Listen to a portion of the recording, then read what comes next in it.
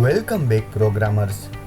In the seventh part of TensorFlow series, in the previous part we saw what is tensor board and we saw how to visualize the graph. And we complete how to use global variable, local variable, model variable, trainable variable, moving average, variables, summaries and Q runners and regularization losses. We just saw what is this variable. In the future video we are gonna use all of this variable, but the important one is this summary. In the previous video I talked about summaries. If you wanna see that video, so link is in the description. And the second one is global variable. This is the very important, and local variable is important too, and model is important too. So this four variable and summaries is gonna help you to create a machine learning algorithm. Okay, so now let's move on to the creating graph depths. So now what is graph depths? Many applications need to access graphs from other TensorFlow application. The sGraphDepth method makes this possible. This method returns a serialized form of graph called graph_depths. A graph_depth stores a graph in a special format called protocol buffer, also known as protobuf. This may generate in a text or binary form, and in a text form it looks like a JavaScript object notation JSON. Now if you don't notice JSON is the breed Python plus Java equal to JSON. In a graph depth, every tensor and operation is represented by a nodes element. Each node has a name field, an op field, and one more attribute field. The following text represent the general structure of a node element. So in here you can see what is node. In the node we got name field, we got operation field, we got attribute field. Okay, so the last element in the graph depth is the version element. This element identifies the version of the graph depth structure. The best way to understand graph depth is look at the example. So let's try the example. So suppose a equal to tf.constant 2.5 and b equal to tf.constant 4.2, sum equal to a plus b. So in a text form, content of the graph depth is given as follow. So node equal to name equal to constant. Now if you don't know what is node, check out my tensor board video. So node, it means in graph all of the connection are between the nodes. Okay, so in the node you can see the first is name, which is the constant because we used here constant, and the second one is op. Op means operation, constant which is constant 2, attribute equal to key and value. So key is data type and value is obviously type equal to data type float. Now second attribute is key equal to value and value is null for now. Okay, so the tensor data type float, tensor shape and float value 2.5. So in here you can see the float value is 2.5, and in here the tensor shape is null. And if you in here you can add the 2 or 3 dimensional array, so you can see in here the shape 2. Now constant 1 because this is the constant and this is the constant 1, and if you are add another constant it is gonna be constant 2. Okay, so in this operation constant attribute equal to data type float and float value equal to 4.2, and the third one is add. Now why add? Because we are adding 2 value in here. You can see in here we are adding 2 value. And what is the input? You can see in here the input is constant and constant 1, and the attribute is t. Now what is t? We are gonna talk about in future video. Okay, the data type equal to float and version. Okay, so the last attribute is version, producer equal to 22. The last element in a graph depth is a version element. This element identifies the version of the graph structure. Okay, so the version of the graph structure is 22. So the graph depth has 3 nodes, 2 that represent tensors and 1 that represent the operation that's added the tensors. In the real world, application may have thousands of nodes at the end of the list. Okay? At the end of the list of nodes, the version object identifies the version as 22. The write graph function in tf.train make it possible to store a graph def's data to a file. Its signature is given as follow: write graph def log dir name as text true. The first argument can be set to a graph or graph def. The last argument identify if the content should be written in the text or binary form. For example, for the following code, store the current graph to a text file named graph.dat tf.train.writeGraph tf.getDefaultGraph, and the second parameter is os.getCwd, and the last one is graph.dat. So we don't need this because we don't need to store all of this information. And if you want to see all of this information, you can check out my previous video. In the previous video I talked about how to create a visualization same like this in the graphical mode, so we can use the tensor board. So link is in the description. So we are gonna skip all of this stuff because I already talked about this. Okay, so the important part, creating and running session. So now you know what is session. Again, I'm gonna specify what is this session. So let's say a equal to tf.constant, and let's say constant value is 5.5, and b equal to tf.constant. Again, let's say b value is 2.2, and let's say c equal to a plus b. Okay, so in here I just created 1 and 2 constant value, and I stored a plus b in the c value. Okay, so whenever I print c, so we can see the output. We just can see the add and shape and data type. So where is the output? So if we want to see the output, we have to run session, because this is not actual output. This is just showing the tensor values. Okay, you can see the tensor value. So how we are gonna actually run this operation? So tensor help us to run actual operations. Okay, you got your point. So let's try.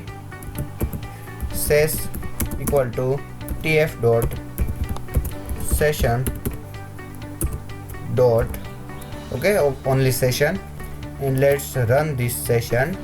Ses dot run, and now if I do like this, c, if I pass this c, you can see the output is 7.7, which is the actual output with the actual operation. Okay, if I simply print the a, so I can't see the actual value of a.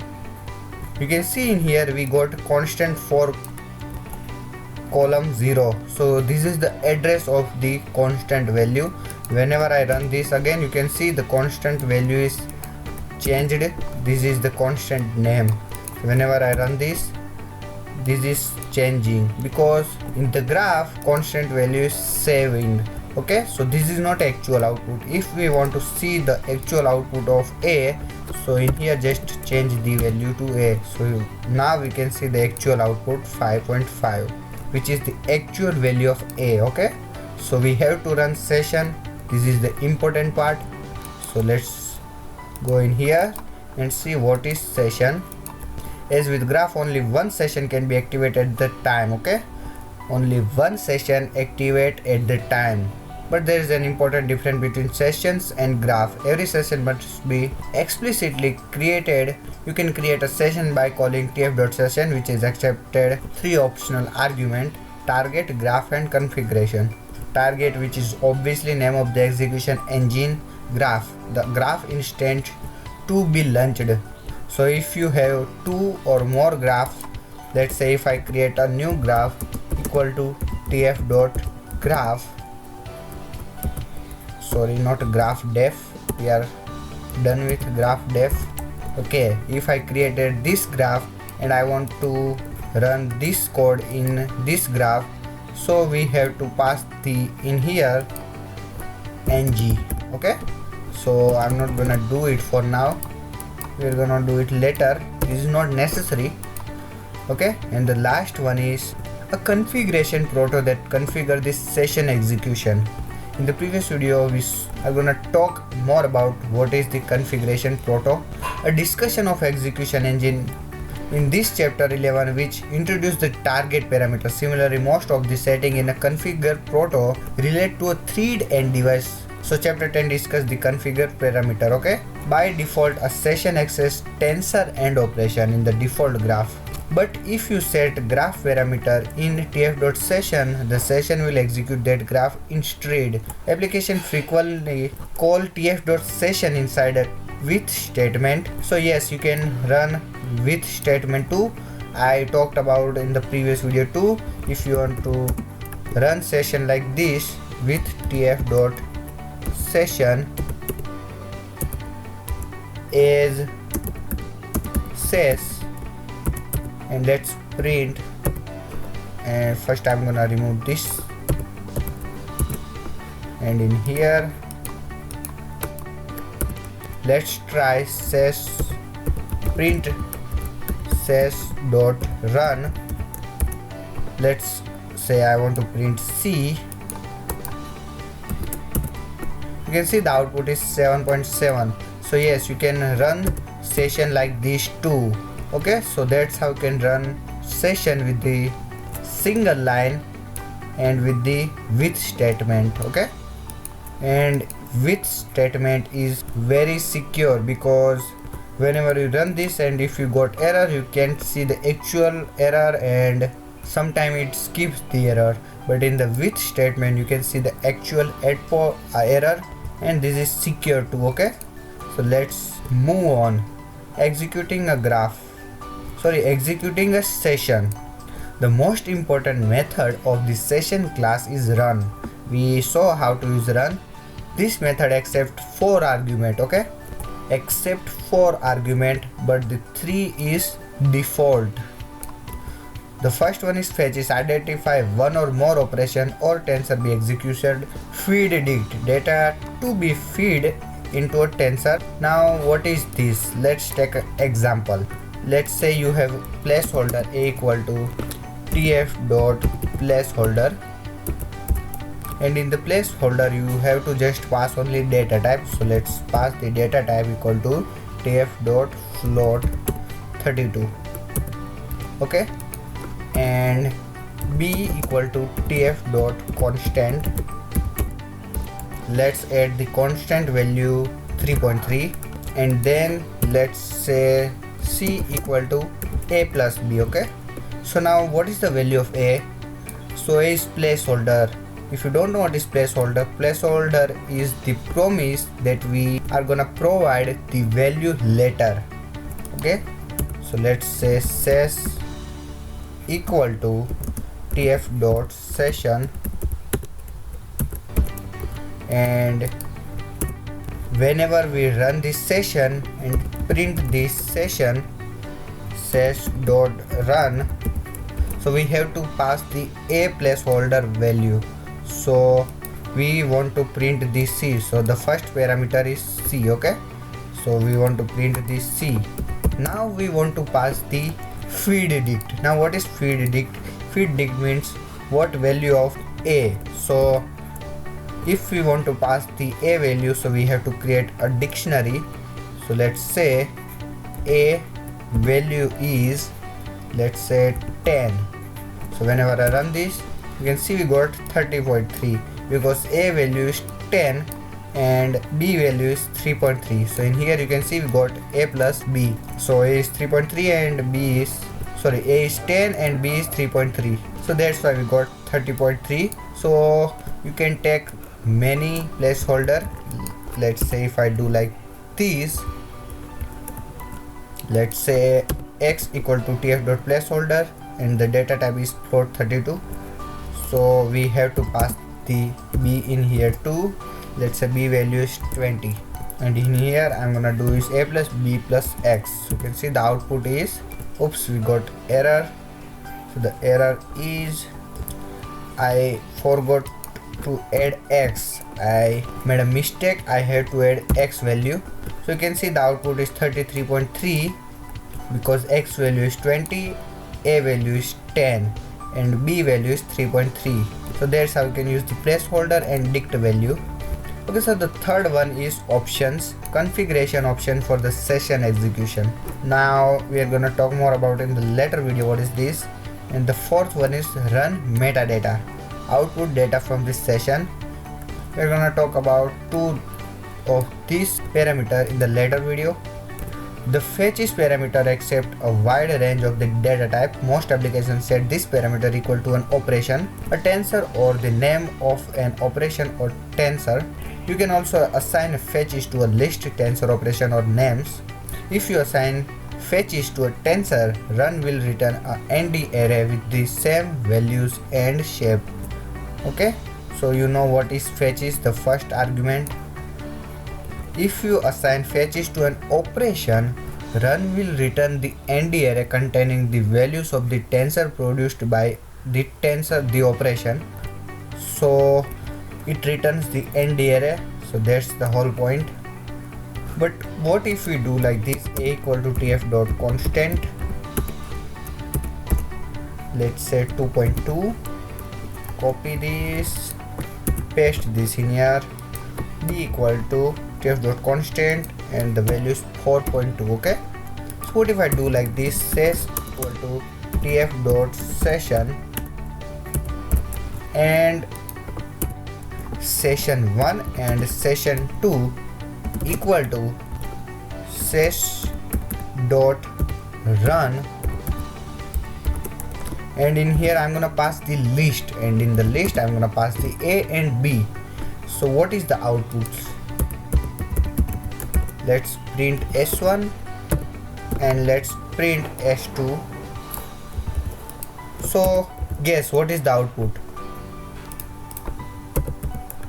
Okay, so whenever I run this, so the s1 means a and the s2 means b. s1 is 2.2 and s2 is 4.2. let's run. You can see we got 2.2 and 4.2 because I just unpacked this list. So if you wanna learn more about unpacking, check out my advanced Python course. Okay, and if I do like just this, so we are gonna get the 2.2 and 4.2 in a list. Okay, so that's how you can use the session. Okay, so the second session is interactive session. In the next video we are gonna talk about interactive session. This is the very important session.